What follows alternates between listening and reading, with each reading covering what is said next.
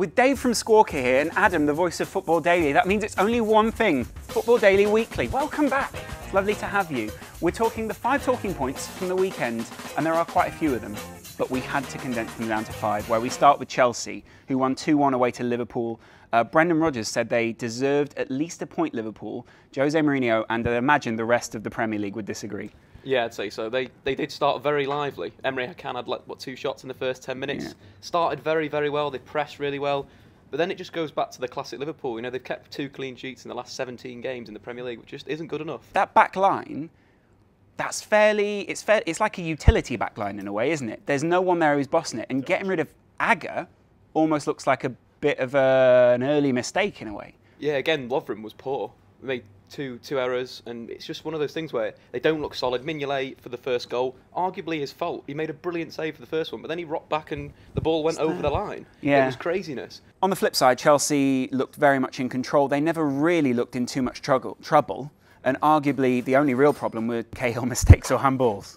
Yeah, I don't know. The first one probably wasn't a handball. Came off the top of his shoulder, I thought. The second one was pretty... did touch his hand, but it wasn't. I still don't think it was a penalty. No, yeah, it was, wasn't it? I don't know, you can't really... That was pen. You need to tuck your hands, maybe. I don't know. Got to do the old, yeah. Touch the ball in the his box arm with your kind of went towards it, didn't it? But it didn't really go towards it. I don't know. They seem pretty comfortable with, like, despite all that. I think they did deserve the 3 points. I think when you look at it last year, and they were accused of parking 2 buses, weren't they? I think this year they're a lot more comfortable. They were playing some nice football.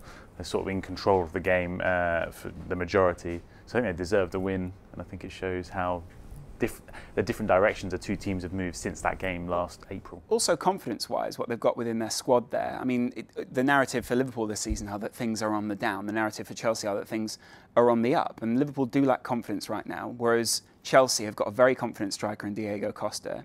They've got a lot of other confident players in there, and they looked very different with maybe Fernando Torres or someone else up front last season. It looked like such a different side. Seeing as you are a Liverpool fan. Am I?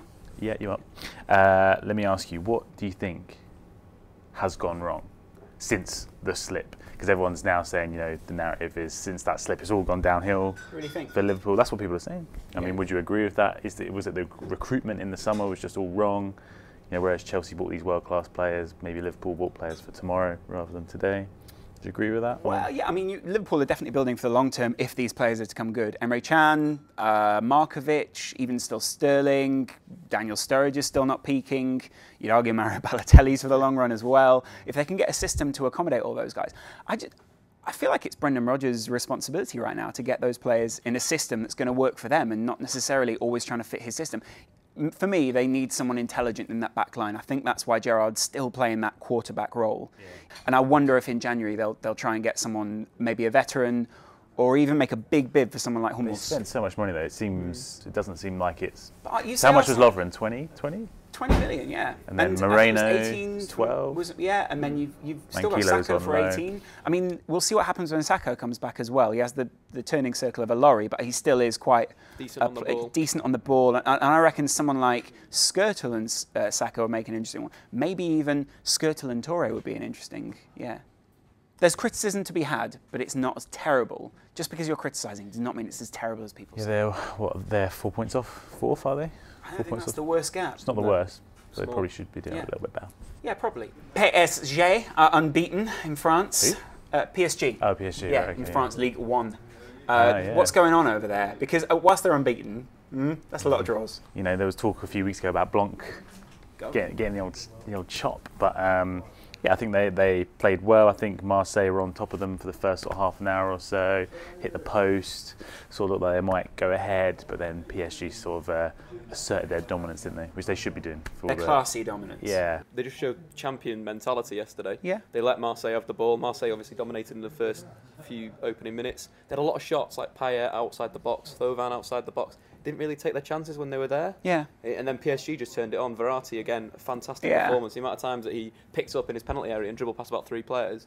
It was really good stuff. Obviously, the red card was a bit dodgy. That really stopped Marseille's sort of ascendancy in a way. Yeah. I think with Marseille, they just need to, if they want to become champions, they've got to learn how to be champions, and PSG just showed them how to be champions. Do you think that's a little bit cliched in a sense? That I'm wondering, in the same way that we're currently questioning, are Bayern Munich good for League One, good for Bundesliga? Is League One benefiting from PSG having the money there? Are they necessarily spending the money within that league? Are they still drawing big crowds to other stadiums? Is that making... Yeah, I don't think they are benefiting League One. I think they mentioned a few weeks ago that they are sucking the talent out of Serie A, and I think they'll potentially continue to do that.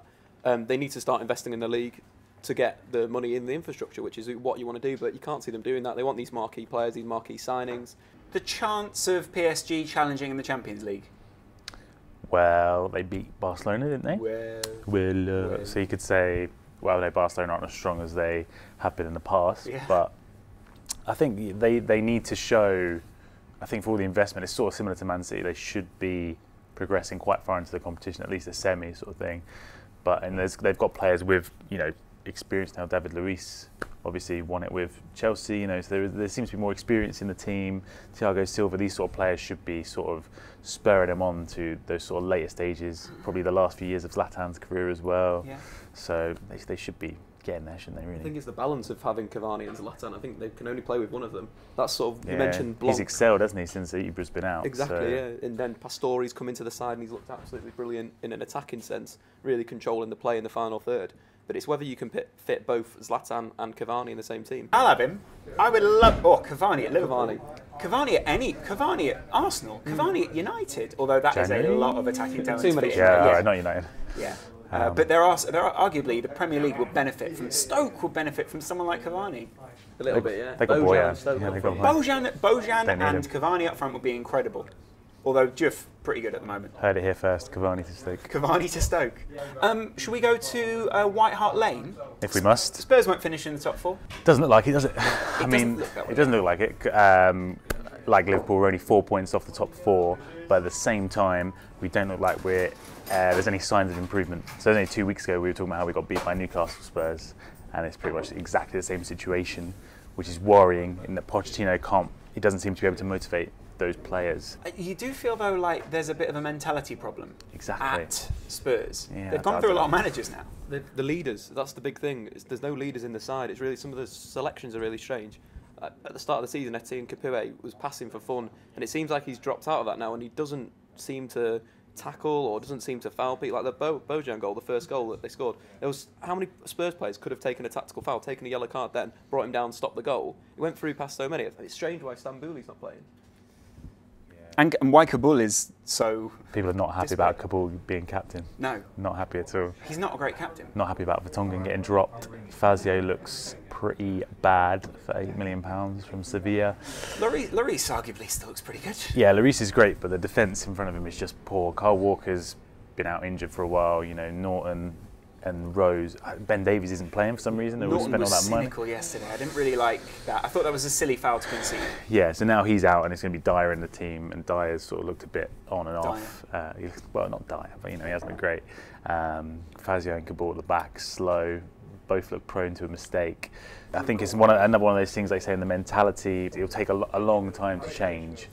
And at the moment, Pochettino needs to be able to get results against these sort of teams, though, in order to make that the length of that change seem palatable to Spurs fans. People still say, where does the responsibility lie? Baldini, Levy, who's going to take responsibility? It's definitely higher up. Arguably, they cannot sack Pochettino now because the thing is, it will come back to them. We keep sacking the manager, which doesn't help. So it's just like, stick Pochettino now, 2 or 3 years. We might finish 8th this season, 7th next season. Pochettino needs to be able to bring in his own players and play with them and form a team. Someone like Sigurdsson would be great for that Spurs team right now, wouldn't he'd be all right, wouldn't he? Yeah. We've just got the defence is shaky, the midfield's not solid, there's no creativity in midfield.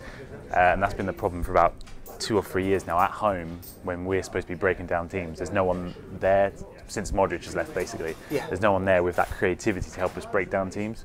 So away from home, you know, we look a bit better on the counter attack, you know, sort of, you know, reactive. But at home, we can't seem to take the initiative, basically. And that's why, you know, we've lost 4 out of 5 home games this season, losing to Newcastle, West Brom, now Stoke, these sort of teams, just struggling, basically. United, Manchester, all right, then they're the second best United in the league right now. Just give it time, 3 years, perfect amount of time, I think. And then Klopp picks up and they go from there, brilliant. Pep Guardiola picks up and they go from there, brilliant. So do you think Van Gaal's being told to build a foundation with Di Maria, Falcao and the rest of these superstar players?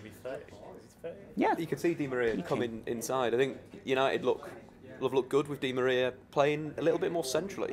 And arguably, that's where we need to move him. The likes of Rooney and Fellaini, they've been doing all right in midfield. Rooney's just been, going through the motions in the game. Yeah. Fellaini's been winning tackles, winning aerial duels, that sort of thing. But maybe Di Maria just in there, bring a bit of spark back into that midfield, because it's looked a little bit like pedestrian in a way. Yeah. Gary Neville's mentioned a few times the combinations aren't there, the passing combinations, the quick, neat passing, which we sort of get to the final third, and then it kind of stops there, and we just retain the ball, and then give it to Januzaj. It's not quick enough switching from one side to the other. Do you feel like do you feel like the moves break down for Rooney? I'd say so, yeah, potentially. Potentially sometimes when he hits like a Hollywood pass, then it does break down the momentum. I think Mata should be starting over Rooney as soon as he scored. Mata looked really bright. Yeah, he does look bright. He did look really bright when he good came impact, on. Sub. Very, very good impact. He looks like he wanted it as well. Like when he celebrated that goal, Juan Mata, remember me type thing, which is really good. He's quite emotional, isn't he? He wrote a very heartfelt blog on the website when they lost to, I can't remember who they lost to. They lost to someone. Yeah, he said, it seems so common now. And then this week when he was interviewed after the game, they said, were you okay when you were sitting on the bench? He said, no, I was upset. And you're kind of like, mate, you're really taking this to heart. Looks like they could finish in the top four, though. They were the only sort of top four chasing team, apart from Chelsea, obviously, to win. Is it one of the... Well, but against Crystal Palace at home 1-0. Yeah, it wasn't the most convincing win, but they won. Spurs lost at home to Stoke. Stoke are a quality team. So are Crystal Palace, arguably. I mean, Palace have got pretty good formation going on there. They've got a good system. They've beaten some pretty convincing teams. So it was a good result then. Very good result. You need to scrap through those games, the games where you don't necessarily play that well, but you score a goal, deflected shot. That's what you want. You want the 3 points. The worrying thing was, though, is the defence again. There was that one pass, someone just hoofed it up the Field, and I think Blind, and McNair left it for each other, sort of thing. It just looked like a better team is going to expose that, but we've been saying that all season. I spent the day with a load of Arsenal fans, Arsenal bloggers yesterday at the Emirates, watching Swansea Arsenal. Happy were they? They were not, no. They were not happy because they didn't feel that it looked like there was a system there that was going to get the best out of the players. Felt as if Arsenal didn't quite know how to do well, and especially when they went 1-0 up, they didn't have the backup to be able to keep that result.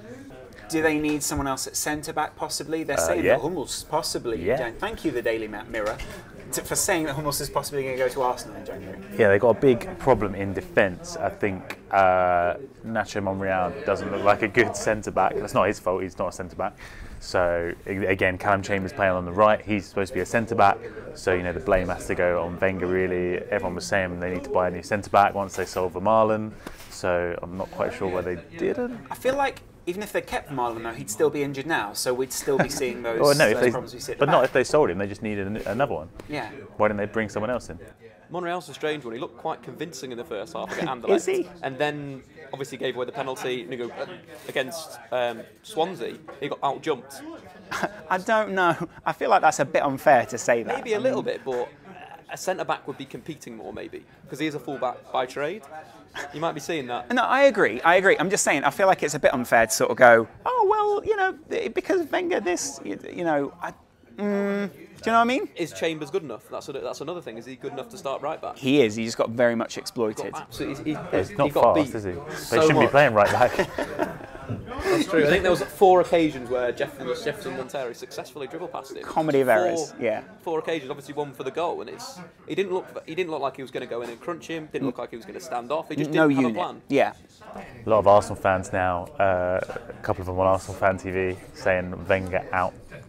They say it every couple of weeks. Wenger. But do you think now is the time for him to move on? Wenger will never be sacked. So So should he move on? I wonder if he will resign. I think it's almost like he should have done it last season, because it was like you go out on a high, you do it at Ferguson. Oh, I won something, I'm off now. See you later. I still think that what's going to happen is they're waiting for other managers to come free. They're waiting for someone like Klopp to come free. They're waiting for someone like Pep Guardiola to finish another cycle there. And I feel like when those guys want to leave Germany, then the natural progression would be to go to somewhere like the Premier League, because Pep Guardiola's done La Liga. There's only really one place left to go. Yeah. And the same for Klopp, as he said he wants to be in the Premier League. It's just very frustrating, isn't he, Wenger? I imagine he's famously stubborn, doesn't want to seem to be flexible or change things up. I'm just surprised he can't. It's obvious everyone, even us, are saying, you know, these are the problems. Why isn't he fixing them? He's also done something quite well with Alexis Sanchez. He's made him the number 10. And how all Arsenal fans wanted Ozil to be, Sanchez is now that player in a way, scoring 8 goals in the Premier League. He's creative. He was so involved with Arsenal's attack. Arguably one of the best players in the Premier League this season. Well, he probably is, I would say. It's very much an all or nothing feel with Arsenal, though, isn't it? And that's arguably what you're talking about, is the stubbornness of Wenger leaves them down to all or nothing. Yeah, they're out of the title race probably now, which is a very bad position to be in for Arsenal. They're supposed to be challenging for the title. But they're not out of the race for 4th. Yeah, but they should be aspiring. They should be building on, you know, they should be building on what they did last season, going one step further. But now they look like they've gone a little bit backwards. A couple of people said, yeah, you're making a good point there. That if at the beginning of the season they said they want to be challenging for the title, they are not now. Who's to be held accountable there in that sense? Arsene Wenger. But again, it's rushing to conclusions. We're 11 games in here. Chelsea were going to run away with the title anyway. The thing with Arsenal is they've had these problems for years. They need a new defensive midfielder. You know, they've been lacking that for almost a decade, it seems like. I've heard Arsenal at one point were looking at Xabi Alonso. I've only heard it, right? And I've heard it was fairly close. I've heard it. Would have been perfect, eh? Would have been the perfect fit. That's all I'm saying. You can spray the ball around, you can control the midfield. He's got a Spanish guy alongside him in Arteta. Oh, would have been alright, wouldn't it? Just imagine Xabi Alonso back in the Premier League for a minute. Yeah, it'd be cool. There you go. Thank you very much for watching Football Daily Weekly with Adam and Dave. See you later. Thanks a lot for coming along. That is football.